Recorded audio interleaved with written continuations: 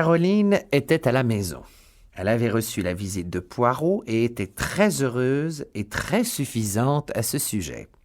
« Je l'aide dans son affaire », m'expliqua-t-elle. Je me sentis assez mal à l'aise. Caroline est déjà suffisamment agaçante. À quoi ressemblera-t-elle si l'on encourage ses instincts de détective ? Monsieur Poirot veut savoir si les bottes que Ralph Patten portait à l'auberge étaient noires ou marron. Je l'observais attentivement.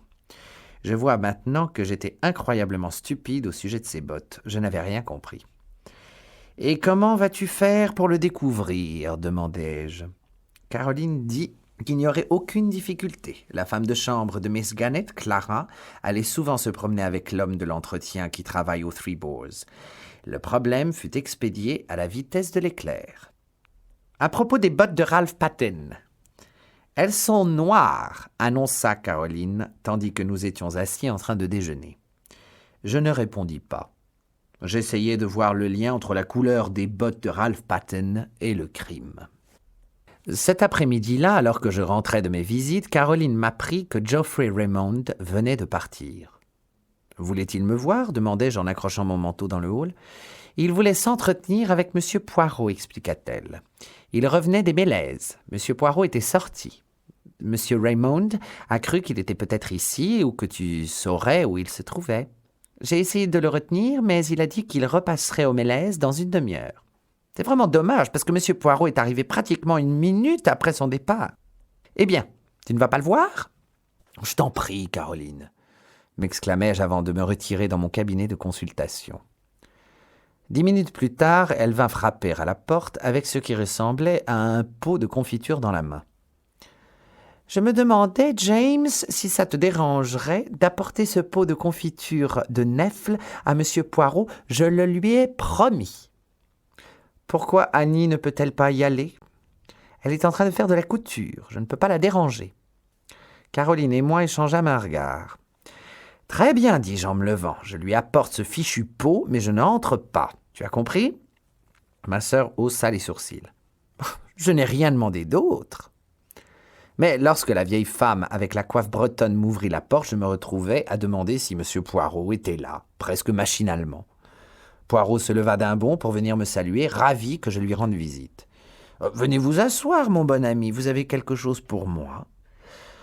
« 2 choses, dis-je. Tout d'abord ceci, de la part de ma sœur. » Je lui tendis le pot de confiture de Nèfles. « Comme c'est gentil de la part de mademoiselle Caroline. Elle s'est souvenue de sa promesse. Et quelle est la deuxième chose ? » « Une information, si l'on veut. » Je lui racontai alors mon entrevue avec Mrs. Ackroyd. Il écouta avec intérêt, mais peu d'enthousiasme. « Voilà qui éclaircit certains faits, » commenta-t-il. « Et cela confirme que la gouvernante a trouvé le couvercle du présentoir soulevé et qu'elle l'a refermé en passant devant, comme vous le soupçonniez. » « Oui.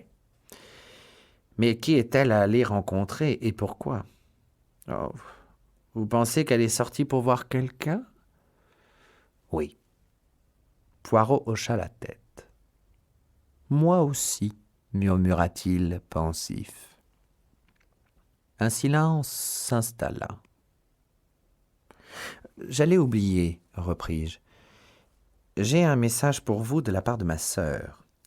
Les bottes de Ralph Patten étaient noires, pas marron. »« Oh !» s'exclama Poirot. « Quel dommage !» Il n'entra pas dans les explications, mais entama tout de suite un nouveau sujet de conversation. « La gouvernante, Miss Russell, qui est venue vous consulter ce vendredi matin, est-ce indiscret de vous demander ce qui s'est passé durant cet entretien, en dehors des détails médicaux, je veux dire ?»« Pas du tout, » répondis-je. « Après la consultation, nous avons parlé pendant quelques minutes de poison et de la facilité ou de la difficulté de les détecter, et également de la consommation de drogue et des drogués. »« Avec une préférence particulière à la cocaïne ?» dit Poirot. « Comment le savez-vous ? demandai-je un peu surpris. » En guise de réponse, le petit homme se leva et traversa la pièce pour se rendre là où les journaux étaient empilés. Il m'apporta un exemplaire du Daily Budget, daté du 16 septembre, et me montra un article traitant du trafic de cocaïne. C'est ce qui a provoqué ces interrogations au sujet de la cocaïne, mon ami. À ce moment-là, Geoffrey Raymond, plus frais et débonnaire que jamais, fut introduit dans la pièce.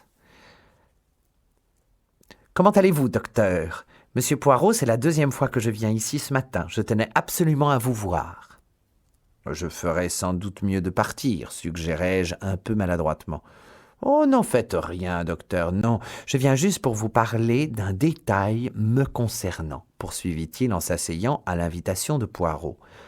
Ma conscience me tiraille depuis hier après-midi. Vous nous avez tous accusés de cacher quelque chose, monsieur Poirot. Eh bien, je plaide coupable. Je suis venu vous faire un aveu. Lequel, monsieur Raymond?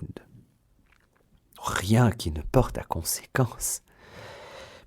C'est seulement que je suis endetté. Beaucoup. Et que cet héritage est arrivé à point nommé. Ces 500 livres m'ont remis sur pied et je vais même pouvoir en mettre un peu de côté. Il nous sourit. Vous savez comment ça se passe. Face à des policiers soupçonneux, on n'aime jamais admettre qu'on est fauché. On croit que ça va faire mauvais effet. Mais j'ai été stupide, vraiment, parce que Blunt et moi étions dans la salle de billard à partir de 21h45. Alors j'ai un alibi solide. Cependant, je me suis dit que je ferais bien de libérer ma conscience. « Alors c'était ça, m'exclamai-je, tandis que la porte se refermait derrière le jeune secrétaire. « Oui, répondit Poirot, une simple bagatelle. Mais s'il n'avait pas été dans la salle de billard, qui sait? Parfois, dis-je, je me demande si nous n'avons pas tiré des conclusions un peu hâtives sur un détail. Nous avons admis que le maître chanteur de Mrs. Ferrers était nécessairement le meurtrier de M. Ackroyd. N'aurions-nous pas fait une erreur? » Poirot hocha la tête très vigoureusement. « Je me demandais si cette idée vous traverserait l'esprit un jour. Bien sûr que c'est possible. Nous devons nous rappeler que la lettre a disparu, mais ça ne veut pas nécessairement dire que le meurtrier l'a prise.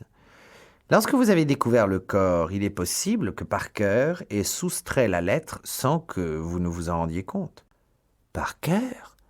Ah oui, Parker. J'en reviens toujours à Parker. Non, il n'a pas commis le meurtre, mais qui serait mieux placé que cette fripouille pour terroriser Mrs. Ferrers ? J'envisage de tenter une petite expérience avec Parker.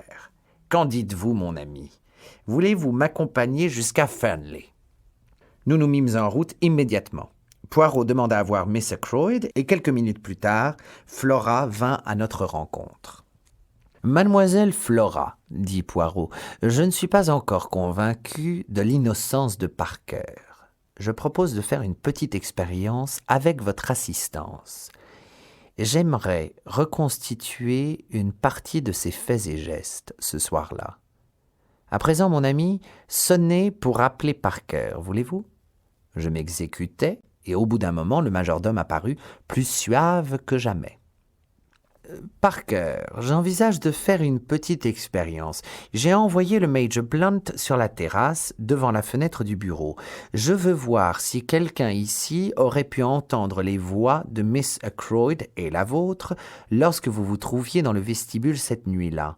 J'aimerais que vous me rejouiez cette petite scène. Peut-être pourriez-vous prendre le plateau que vous portiez. » Parker disparut et nous nous dirigeâmes vers le vestibule devant la porte du bureau. Parker ne tarda pas à réapparaître dans l'embrasure de la porte, transportant un plateau avec un siphon, une carafe de whisky et 2 verres. « Un instant, » s'écria Poirot. « Nous devons tout reconstituer avec précision. Vous arriviez du hall principal, et où se trouvait mademoiselle ? » Ici, répondit Flora, reprenant sa place devant le bureau. Je venais de fermer la porte. Oui, se remémora Parker. Votre main était encore sur la poignée, telle que maintenant. Alors, allez-y, ordonna Poirot. Jouez-moi cette petite scène. Flora laissa sa main sur la poignée et Parker arriva du hall, le plateau à la main. Il s'arrêta à l'encadrement de la porte et Flora se mit à parler. « Oh, Parker, Monsieur Ackroyd ne veut plus être dérangé à nouveau ce soir. »« Très bien, » répondit Parker. « Dois-je fermer les portes à clé, comme d'habitude ?»« Oui, s'il vous plaît. » Parker fit demi-tour, Flora le suivit et commença à monter l'escalier principal. « Est-ce que ça vous suffit ?» lança-t-elle par-dessus son épaule. « C'est parfait, » déclara le petit homme en se frottant les mains. « Au fait, Parker, êtes-vous sûr qu'il y avait 2 verres sur le plateau ce soir-là? Pour qui était le second ?»« J'apporte toujours 2 verres, monsieur, » dit Parker. « Autre chose ?»« Non, ce sera tout. Merci. » Parker se retira, digne jusqu'au bout. Quelques minutes plus tard, nous repartîmes en direction du village. « Quel était le but de cette question au sujet des verres ?» demandai-je avec curiosité. Poirot haussa les épaules. « C'était une question comme une autre. Mais je sais à présent ce que je voulais savoir. » Ce soir-là, ma sœur Caroline et moi fîmes une petite partie de mahjong. Ce genre de soirée est souvent propice au ragot et je crains de n'avoir été trop indiscret au point de mentionner l'alliance en or découverte par Poirot, à l'intérieur de laquelle se trouve une date et l'inscription de la part de R. Je ne m'étendais pas sur la scène qui suivit. J'ai dû dire avec exactitude où ce trésor avait été trouvé. Elle m'obligea également à révéler la date. « Le 13 mars, répéta Caroline.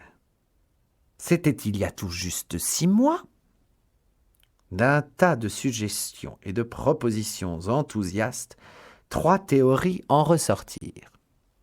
Premièrement, celle du colonel Carter, que Ralph était secrètement marié avec Flora.